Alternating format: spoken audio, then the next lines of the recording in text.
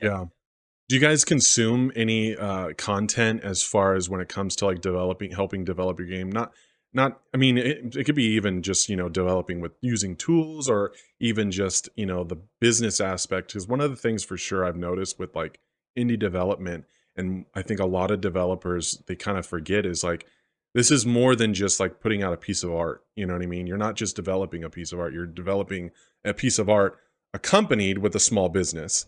You know what I mean? It's there's two components of it that I think we kind of miss out, or our developers forget about. And so it's like when you guys are thinking about your own internal roadmap on how you're going to get this thing to where you want it to be, like is there anything that you guys are consuming, or people that you're really like, yeah, this person's I started consuming their content and they helped me.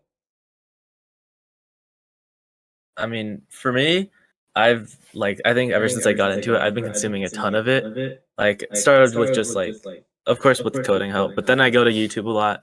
I look up a lot of things, like a lot of video essays on game designs of what good games do. I think that's really helpful to see, like, okay, there's this design decision that this very popular game has made, right? And why is it so good? And like, why does it do that? And then I can kind of try to emulate it in our game. And so that's kind of led to a mindset I really like to do, where I try to kind of imagine myself in the player's head, like what they would be thinking as they traverse the game. Like, I'm not very good at it. There's still definitely a lot of issues with the game, but I think that mindset in general has helped me improve a lot to try to like create levels that are more intuitive, hopefully. And other than that, I mean, of course, I kind of want to eventually turn this into making a small indie studio of my own. And this is just kind of the starting point. So I've kind of been looking into that too, like where I can go taking this into a business and like what is a good roadmap for that. I've been actually consulting ChatGPT a lot for that as well. And recently started using a little bit of Reddit to get like actual input of other people who like the same kind of passions that I do for this. Yeah, and I'm a very business economics mindset guy.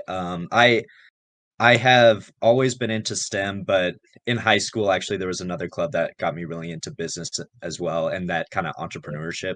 So here at Mines, I'm studying business and engineering. So that kind of ties into what we're doing. I really enjoy, honestly, in my free time, I do watch videos on YouTube about like marketing or economics or stocks. Um, which some of which don't pertain exactly to the video game, but I do definitely have interest in entrepreneurship. um, and I think that the content on YouTube is probably my main source of learning when it comes to that. And I think as we get closer and closer to the release date, I'm gonna be watching more and more videos about how to best market the game, how to get people interested in the product, inform, convince people to play our game. Yeah. I was gonna say something else. Hold on. Uh Yeah, go ahead. Oh yeah. I think another thing I really like about like the fact that we're making this is I kind of see it as an awesome culmination of like everything I'd kind of learned or invested in up till this point in my life. Like, because when I was like 6, I started taking piano lessons, right? And I think that that's awesome because it culminates in me composing the music for this game. Or, for example, when I was in 6th grade, when I was like 12 or so, I got really into YouTube, so I started learning video editing, and that kind of evolved into me like looking into the camera angles, visual aspect, like color, cinematography, things like that. And that kind of also pays off in this to make like because we were trying to make a lot of really pretty images within our game. And then same as Dylan, I joined that club too. That got me really into business. I'm taking a business minor at CU Boulder too.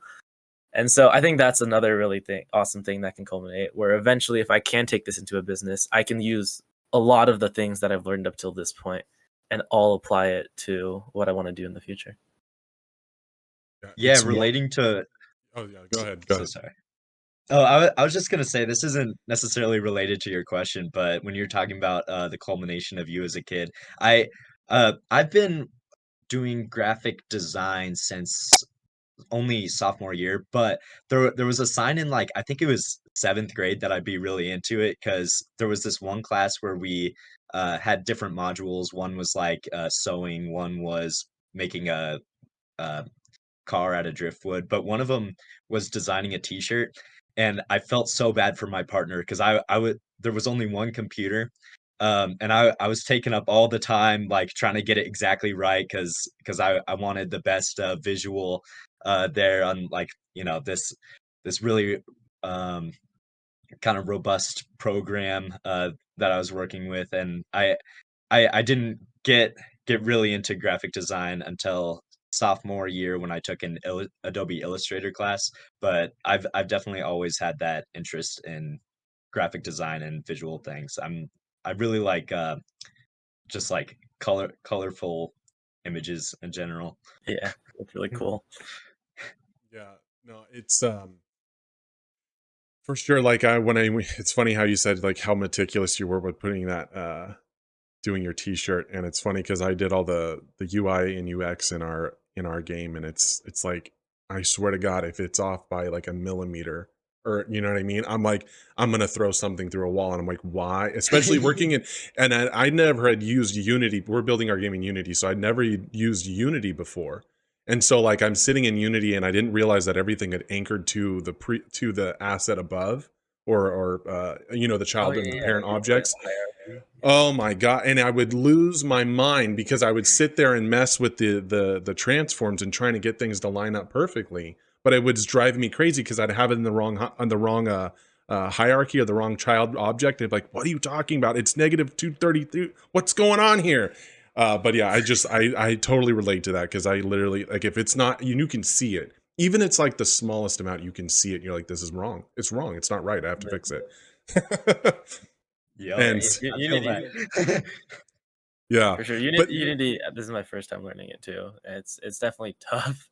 And I it, went into it just knowing Java, so like I kind of got it, but most of the actual engine and the coding was still very difficult to learn. I had to watch another friend's code, and I started off just kind of editing his and figuring out why it wasn't working, and then that kind of evolved into me figuring out how to write stuff on my own. it's definitely a learning curve. I know I goofed around a lot in Unreal. I did a lot in like 3ds Max for a while. I did a lot in like Maya, doing a lot of 3D modeling and visual stuff.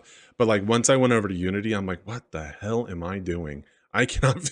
And so like, but I mean, but that's kind of like one of the things about me is I'll sit there and I'll just beat something up until I figure it out. But there was Mhm. something you said earlier, which was just like,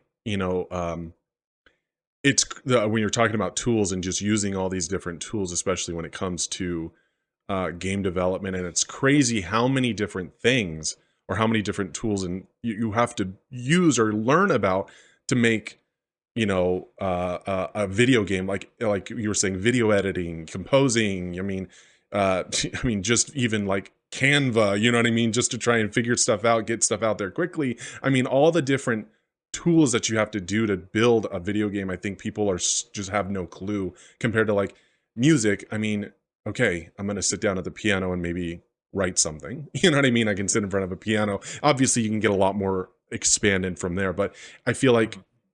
in game design specifically, it's such a unique art where everything comes together. Like you have so many different things, and then adding the business aspect on top of it, it just is wild. But I wanted to ask you guys a question: like, how long? When did you guys launch your Steam page? I believe it was in October, late October, early November, around that time. Okay, so how has been the feedback so far from then until now? Like, how do you feel things are going so far, and have you guys gotten feedback from the community? I mean, it could be better.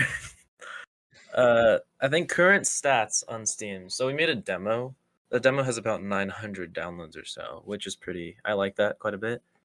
And we have It's about pretty good 100 actually wishlists. We since passed October. 100 wishlists last week. Yeah. So the numbers aren't as high because I went on YouTube. I started looking up a lot of marketing things already, and then I was like, I thought we were doing relatively okay until I heard something about like 7,000 wish lists before release, and I was like, You talking oh, about Chris? I think so. Yeah, Yeah. the one guy who's just on every podcast.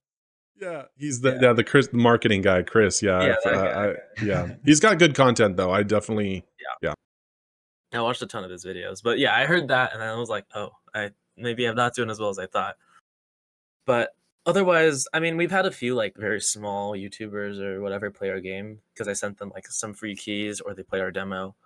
Um, I think one of them enjoyed it quite a bit. Of what I've seen, some of them I just don't understand what they're saying. They're in a different country, and one of them recently, she pointed out a lot of definitely valid criticisms that I plan on fixing soon.